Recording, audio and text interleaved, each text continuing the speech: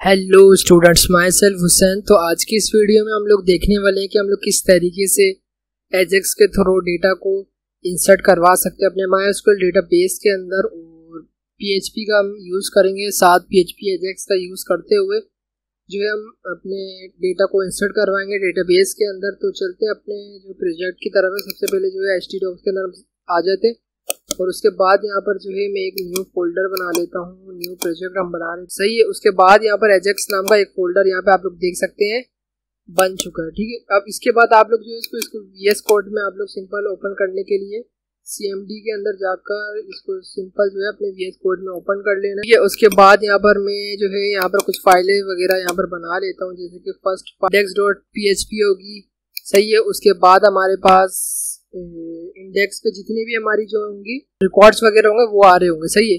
और एक मैं यहाँ पे बना लेता हूँ जो है हमारे पास register.php। अब इसके ऊपर जो है हमारे रजिस्टर का फॉर्म आएगा, सही है। फॉर्म जब भी जो है पोस्ट होगा तो उसका बैकएंड का जितना भी कोड होगा वो हम रखेंगे कहाँ पर, इस फाइल को नाम मैं दे देता हूँ data.php, सही है। और एक फाइल मेरे को बनानी पड़ेगी connection.php, जिसके अंदर मैं जो है अलग से अपना कनेक्शन रखूंगा, सही है। तो कनेक्शन की जो है नाम मैं यहाँ पे कॉन्फ़िग रख देता हूँ। कॉन्फ़िग के नाम से जो है हम एक फाइल बना लेंगे, वो इसकी एक्सटेंशन हमारी PHP ही रहेगी, सही है। अब जो है अब इसके तरफ हम लोग जो है कोड स्टार्ट करते हैं। सबसे पहले हम लोग क्या करते हैं, कनेक्शन की तरफ आते हैं और कनेक्शन बनाएंगे अपनी PHP फाइल का किस डेटाबेस के साथ, सही है। तो डेटाबेस जो है यहाँ पर मैंने ऑलरेडी बना के रखा है, वो भी मैं आपको दिखा देता हूँ। आपने जो है यहाँ पर आना है अपने डेटाबेस के अंदर, PHP my admin database open हो जाएगा। मेरा एक डेटाबेस पहले से बना है, उसी को मैं यूज़ करूँगा, सही। और ये कनेक्शन ऑलरेडी मैंने बना के रखा था, तो मैं इसी को कॉपी करूँगा और इस वाले प्रोजेक्ट के अंदर आके इसको कंट्रोल V कर दूँगा, सही। कंट्रोल S करेंगे और डेटाबेस आपको मैं दिखा देता हूँ। देखो डेटाबेस PHP एजेक्स के नाम से है और इसमें ये फंक्शन है MySQLi। ये हमारा जो है PHP का फंक्शन है, जिसके अंदर हमारे पास 4 पैरामीटर जाते हैं। एक सर्वर नेम होता है, हमारा लोकल होस्ट है, सही। तो ये लोकल होस्ट ही रखा है यहाँ पर। रूट ये हमारा जो है यूज़र नेम डेटाबेस का। ये हमारा पासवर्ड कुछ भी नहीं है, तो मैंने खाली रखा हुआ। अगर आपको पासवर्ड हो तो रख सकते हैं, सही है। डेटाबेस का नाम वो होगा जो कि आपने क्रिएट करा हुआ। ये देखें, ये मेरा क्रिएट हुआ है, मैंने पहले से बना के रखा हुआ है। अगर वो भी नहीं बना हुआ तो मैं आपको बता देता हूँ। यहाँ से आपने क्या करना है, न्यू पे क्लिक करना है। उसके बाद यहाँ से अपने जो भी डेटाबेस का नाम सिलेक्ट करना है, लाइक मैं यहाँ पर लिख लेता हूँ ABS। क्रिएट पे क्लिक करते तो देख सकते हैं आप लोग यहाँ पर ABS के नाम से डेटाबेस क्रिएट हो चुका है, ओके। उसके बाद यहाँ पर जो है इसके अंदर मैंने एक टेबल भी बना के रखी है, जिसके कॉलम का नाम एक नेम, ईमेल है और एक पासवर्ड है, सही है। अब इस चीज़ की आपको फिक्र नहीं करनी, मैं आपको जो है डेटाबेस और पूरा प्रोजेक्ट प्रोवाइड कर दूंगा गिटहब पे, और डिस्क्रिप्शन में मैं इसकी लिंक प्रोवाइड कर दूंगा। आप जो है पूरा प्रोजेक्ट जो है यूज़ कर सकते हैं, ओके। तो हम लोग बढ़ते हैं अपने काम की तरफ। ये मैंने कनेक्शन बना लिया सिंपल। अब इस कनेक्शन को यूज़ करने के लिए मुझे क्या करना पड़ेगा, सबसे पहले तो मैं क्या करूँगा, यहाँ पर फॉर्म बनाऊंगा अपना HTML का फॉर्म टैग ओपन करना, और यहाँ पर जो है इसकी मेथड में रखूँगा पोस्ट, ठीक है। उसके बाद यहाँ पर इनपुट लेना है। इनपुट में हमारे पास नेम था, ईमेल था, तो सबसे पहले मैं यहाँ पर इनपुट जो है ईमेल ले लूँगा, सही है। और एक मैं यहाँ पर लेवल भी ले लूँगा और लेवल को ऊपर रख लेंगे इसके। तो लेवल के अंदर जो है सबसे पहले मेरे पास आई थिंक नेम था, देख लेता हूँ अगेन मैं यहाँ पर नेम, ईमेल और पासवर्ड। तो नेम यहाँ पर आ गया और इसी के साथ जो है मैं नेम को यहाँ पर नेम दे देता हूँ, और साथ के साथ प्लेस होल्डर के अंदर मैं यहाँ पर एंटर, ये चीज़ हो गई। और इसी को मैं यहाँ पर जो है कॉपी करने वाला हूँ। अभी एक और चीज़ रह गई मेरे पास, यहाँ पे मैं बूटस्ट्रैप की क्लास भी डाल देता हूँ कंट्रोल के नाम से, सही है। और बूटस्ट्रैप की CDN भी अभी डालना बाकी, वो भी हम लोग डालते हैं। तो इसी को मैं नीचे पेस्ट कर देता हूँ, BR का टैग लगा के इसी को मैं नीचे यहाँ पर पेस्ट कर दूँ। अब यहाँ पर हमें चेंज करना है, जैसे कि ये मेरा ईमेल है तो इसको मैंने ईमेल कर दिया, और यहाँ पर मेरा पासवर्ड है तो मैंने इसको पासवर्ड कर दिया। तो इसी तरीके से जो है मेरे को हर जगह पे जो है चेंज करना पड़ेगा। यहाँ पर पासवर्ड मैंने यहाँ पर भी कर दिया इसका, और ये मेरा जो है ईमेल, मैंने इसको ईमेल दे दी, ठीक है। ये मेरा हो गया, सही है। और टाइप में ईमेल जो है इसकी ईमेल ही रहेगी। नेम के अंदर जो है इसको मैं टैग्स कर देता हूँ। ये सारी बेसिक चीज़ें हैं, HTML आपने पढ़ी होगी तो ये आपको पता होगी, सही है। पासवर्ड के अंदर जो है मैं यहाँ पर पासवर्ड ही दे दूँगा, इसकी अपनी एक होती है पासवर्ड, यहाँ पे मैंने दे दिया, ठीक है। अब उसके बाद यहाँ पे मैं क्या करूँगा, मेरे पास CDN है तो इसको यूज़ करना है मेरे को। तो ये CDN भी मैं आपको प्रोजेक्ट के अंदर प्रोवाइड कर दूंगा। इसको मैं यहाँ पे Ctrl+V कर देता हूँ और जो है अब इसके बाद इसको मैं सेव करता हूँ। और अब मुझे यहाँ पर क्या करना है कि एक बटन भी बनाना पड़ेगा, लाजमी सी बात है। जब बटन पर क्लिक होगा तो हमारा जो है फॉर्म हिट होगा, फॉर्म से डेटा उठेगा और वो जाएगा डेटा बेस के अंदर, नेक्स्ट फाइल के ऊपर जाएगा और डेटाबेस के अंदर जाएगा। सही है, तो इसके लिए यहाँ पर जो है मेरे को इनपुट बनाना पड़ेगा, एक इनपुट बटन के नाम से, जिसको वैल्यू में दे देता हूँ, खाली सबमिट रख देते। ठीक है, ठीक। उसके बाद यहाँ पर आपने क्या करना है, सबमिट के बाद यहाँ पर एक जो है डेटा URL दे देना है और यहाँ पर जो है फाइल का नाम दे देना कि किस फाइल के ऊपर आपने जाना है। तो डेटा जितना भी लॉजिक्स का काम होगा वो मेरा होगा किस पे, data.php पे। तो मैंने यहाँ पर जो है इसको दे दिया, यानी कि ये जब भी बटन पे क्लिक होगा तो ये फॉर्म हिट होगा। सही है, और इसके बाद ये जो है इसको आप हटा दें तो बेहतर है, क्योंकि ये जो है हम इसको यूज़ नहीं करने वाले। ठीक है, अब उसके बाद यहाँ पर आपने जो है नीचे आना है और फॉर्म के नीचे यहाँ पर आना है और स्क्रिप्ट का टैग यहाँ पर ओपन करना है, क्योंकि यहाँ से हमारी जो है जावास्क्रिप्ट का कोड स्टार्ट होगा। तो यहाँ पर आपने क्या करना है, एक फंक्शन बनाना है, उस फंक्शन के अंदर आ जाना है, फंक्शन के अंदर आ जाना है। उसके बाद यहाँ पर जो है एक इवेंट में लगाऊंगा, इसके ऊपर बटन के ऊपर, जो कि हमारा कौन सा वाला है, इसकी आईडी मैंने यहाँ पर जो है गेट कर ली। ये आप लोग देख सकते हैं, Ctrl+C करता हूँ मैं, अगेन यहाँ पर जो है इसको Ctrl+V कर दूँ ताकि जो है मिस्टेक कोई ना हो। ओके, इसके बाद यहाँ पर मैं एक क्लिक का इवेंट कॉल करता हूँ और यहाँ पर बोलता हूँ कि भाई जैसे क्लिक हो आपने एक फंक्शन बनाना है, एक जो एक मैं वेरिएबल ले लेता हूँ, रेफरेंस वेरिएबल, तो इसके बाद इसके अंदर आ जाऊँ। ठीक है, उसके बाद यहाँ पर एक अलर्ट स्टार्ट करता हूँ और अलर्ट के अंदर कुछ वैल्यूज यहाँ पर डाल देता हूँ। ठीक है, कुछ टेक्स्ट यहाँ पे डाल दिया। अब मेरे को ये चेक करना है कि भाई जब भी इस बटन पे क्लिक करूँ तो मैं क्या ये जो है कोड चल रहा है या नहीं चल रहा है, इस चीज़ को मेरे को जो है चेक करना है। ठीक है, तो उसके लिए जो है प्रोजेक्ट को मैं यहाँ पर रन करूँगा। सबसे पहले तो यहाँ पर प्रोजेक्ट जो हमारा था वो था एजेक्स के नाम से ना, तो एजेक्स मैंने यहाँ पर हिट कर दिया राउट को। अभी जो है ये इसने क्या किया, इंडेक्स पेज पे लेके आया ना। अभी तो मेरा इंडेक्स पेज नहीं है, हमारा जो फॉर्म था वो था register.php के ऊपर ना। तो जो है एजेक्स के बाद मेरे को यहाँ पर सही, अब जो इसने यहाँ पर मेरे को लिया है। ठीक है, इंसर्ट पे क्लिक करता हूँ तो देखना ये जो है अलर्ट यहाँ पर शो हो चुका है और यहाँ पर ये अभी जो है बिल्कुल घेरा हुआ आ रहा है। सही है, तो इसको मेरे को जो है सेंटर में भी कर देता हूँ मैं, ताकि जो है फॉर्म मेरा थोड़ा सही लगे। सही, इसको मैं Ctrl+C करता हूँ और इसको जो है कंटेनर वगैरह के अंदर में डाल देता हूँ। कंटेनर रो के अंदर जाओ, call-md-12 के नाम से जो है 12+6 के नाम से बना लेता हूँ। 6 का कॉलम बन जाएगा यहाँ पर, उसके अंदर फॉर्म मैंने यहाँ पर डाल। हम रिफ्रेश करते तो आगे आप लोग देख सकते हैं कि ये जो है फॉर्म थोड़ा तरतीब में ये आ चुका है। तो ये अब जो है मैं यहाँ पर एक टेक्स्ट भी ले लेता हूँ, एक हेडिंग ले लेता हूँ H4 और इसके अंदर लिख देता हूँ, ये हमारा जो है रजिस्टर पेज हो गया। ठीक है, आप लोग जो है यहाँ से इसको और कस्टमाइज वगैरह कर सकते हैं। अब जो है मैं यहाँ पर जो है सबसे पहले कंडीशन लगाऊंगा कि कोई भी खाली बटन पर ऐसा, जब भी खाली बटन पे क्लिक होगा तो खाली रिकॉर्ड चलेगा, जाहिर सी बात है एम्प्टी फील्ड्स होंगी। तो इस चीज़ से मेरे को रोकने के लिए मुझे क्या करना पड़ेगा, कंडीशन लगानी पड़ेगी। सही, तो मैं यहाँ पर क्या करूँगा, हर जो है हमारे पास हर एलिमेंट को यहाँ पर मैं टारगेट करूँगा, उसकी वैल्यू को मैं उठाऊँगा। तो उसके लिए मुझे क्या करना पड़ेगा, डॉलर, और इसका मैं यहाँ पर नाम उठाऊँगा। तो नाम उठाने के बाद उसकी जो है एक फंक्शन यहाँ पर एक कॉल कर दूंगा मैं वॉल के नाम से। ये क्या करेगा, मेरे को जो है इस पर्टिकुलर वेरिएबल की जो है वैल्यू को निकाल के देगा। उसको जो है मैं असाइन कर दूंगा, किसके अंदर, इसको मैं असाइन कर दूंगा जो है हमारे पास, ये मैं नेम के अंदर डाल दूंगा इसको। इसी तरीके से मैं इन सबको कॉपी करूंगा और Ctrl+V और इसके लिए जो है मैं यहाँ पर सिंपल काम करूंगा, इसको कॉपी पेस्ट वाला। ठीक है, ये मेरे पास जो है मैंने यहाँ से नेम को कॉपी किया, ईमेल को Ctrl+V कर दिया। इसी तरीके से जो है पासवर्ड को कॉपी करके, ताकि जो है स्पेलिंग कोई मिस्टेक यहाँ पर ना हो। सही है, यहाँ पर जो है मैं ईमेल रख देता हूँ। ओके, अब यहाँ पर जो है मैंने वैल्यू को गेट कर लिया। आप चाहे तो इसको कंसोल वगैरह में प्रिंट करवा के देख सकते हैं, लेकिन मैं यहाँ पर कुछ कर नहीं रहा अभी, डायरेक्टली जो है मैं यहाँ पर कंडीशन लगाएंगे। सही, अब मैं यहाँ पर कहूँगा name.trim, एक हमारा फंक्शन है, तो इसको कॉल करो, ये कहूँगा और कहूँगा कि जाके चेक करो क्या ये जो है उसके अंदर वैल्यू आ रही है या नहीं आ रही। ठीक है, इसी के साथ जो है यहाँ पर एक ऑपरेटर यूज़ करूँगा और उसके बाद यहाँ पर मैं ईमेल को ट्रिम करवा कर चेक करवाऊंगा कि भाई ईमेल को चेक करो क्या वो भी एम्प्टी तो नहीं आ रहा। तो अब जब ये तीनों कंडीशन ट्रू होंगे ना, यानी कि तीनों चीज़ें एम्प्टी होंगी, तब वो कंडीशन चलेगी।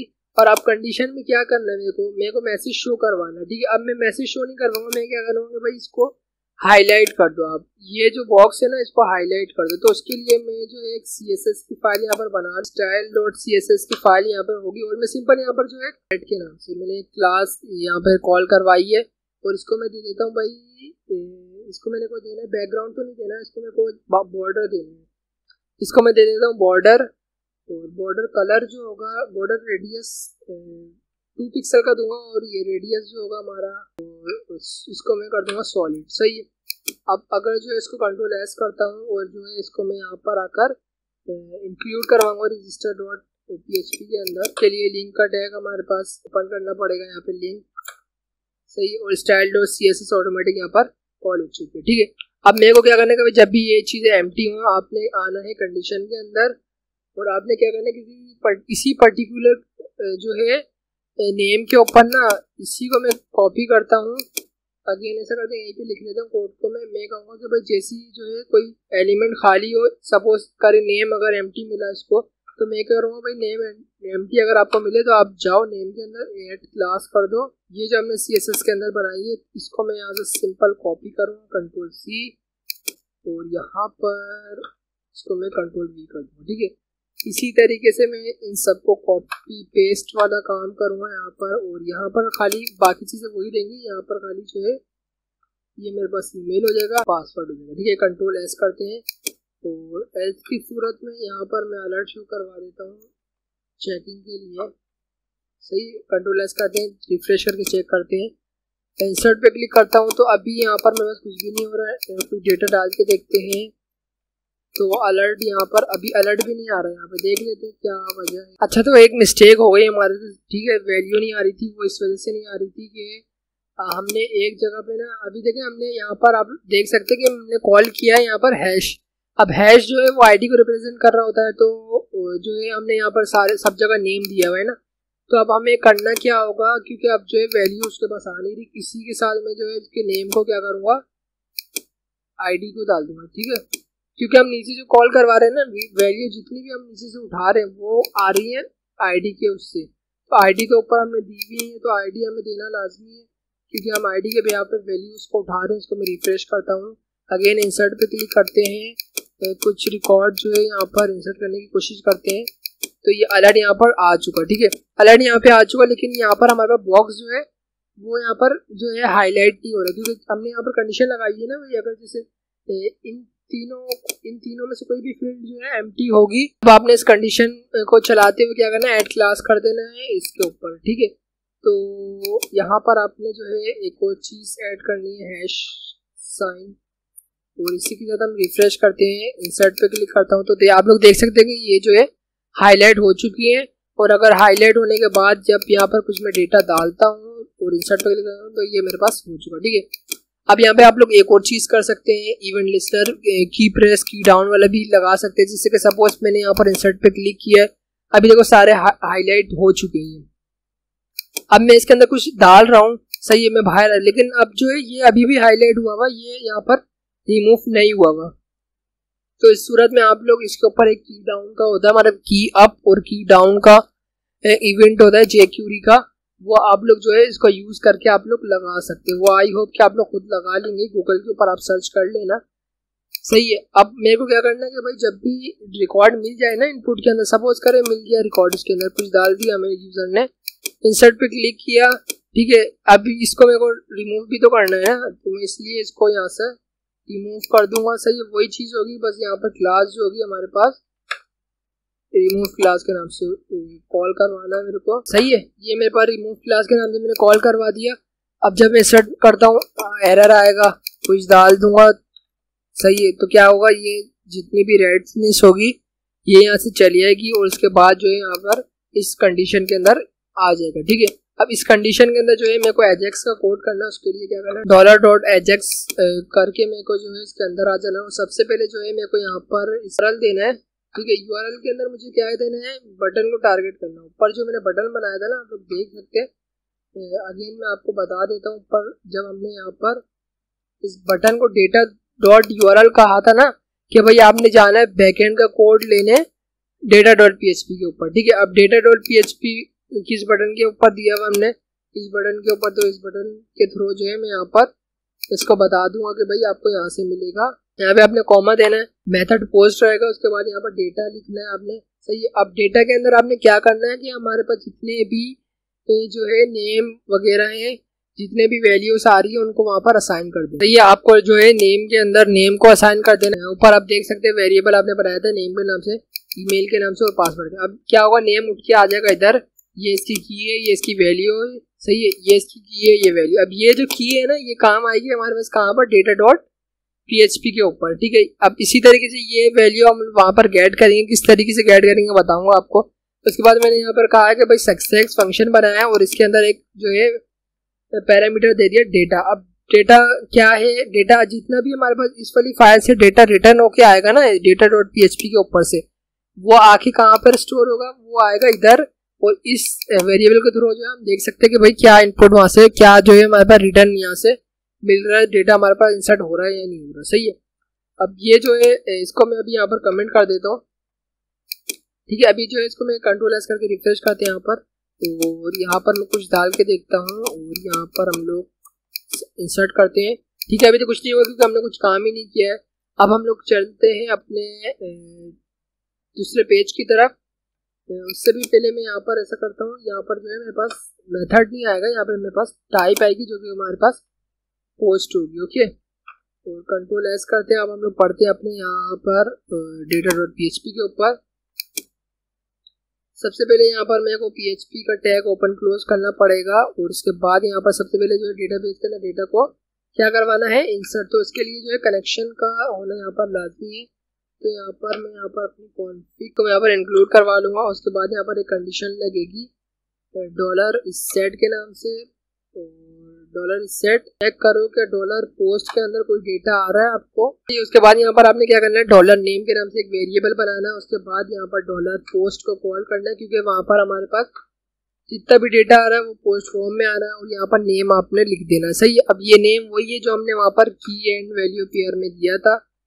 इसी को मैं कॉपी करूँगा, यहाँ पर हमारे पास ईमेल हो जाएगा, और ये मेरे पास पासवर्ड हो गया, ठीक है।